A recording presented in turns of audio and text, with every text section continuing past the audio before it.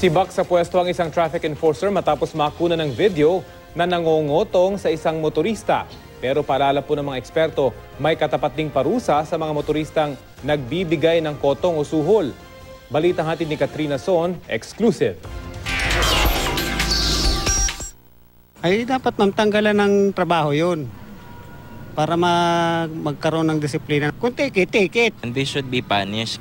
Ito ang reaksyon ng mga motorista sa isang video na viral ngayon sa social media. In-upload ito ng isang motorista na sinubukan umanong kotongan ng isang MMDA traffic enforcer. Sa takot ng nag-upload, napakapuweltahan siya. Hiniling niyang huwag na siyang pangalanan. Kaya naisip kong videohan agad. Kasi sa lahat ng nanguhuli sa akin, ganun ang first na line nila.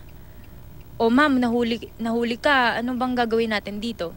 Sa video, nag-uusap ang isang motorista na itago na lang natin sa alias na Ana at isang MMDA enforcer. Pinara ng MMDA enforcer si Ana dahil sa speeding at nagsabing bibigyan na lamang ng ticket dahil sa nagawang violation. Sinubukan makiusap ni Ana sa enforcer at tila pumapayag ang enforcer na areglohin na lamang ito. At matapos magkatawaran, nagkasundo ang dalawa na ayusin na lamang sa presyong 210 pesos. Ngunit sa huli, pumayag na lamang magpatiket si Ana dahil di raw tama ang pangungutong.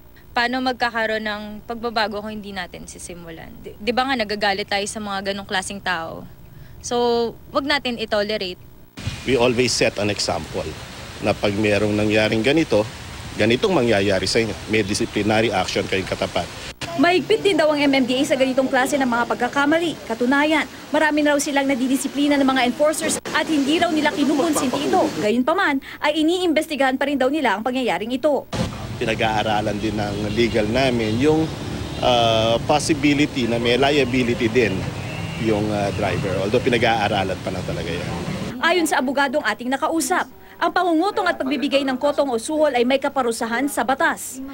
Ang bribery kasi isang criminal offense yan. Yung binabribe at saka yung nambabribe ay pareho kaagad nagiging guilty yan.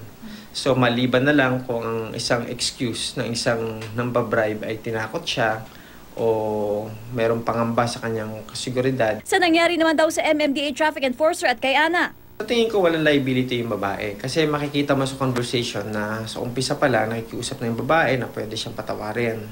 Pero kung mapapansin mo yung officer ay nagbibigay siya ng pahiwatig na tinatakot siya, titikita na lang siya or anong gusto mo.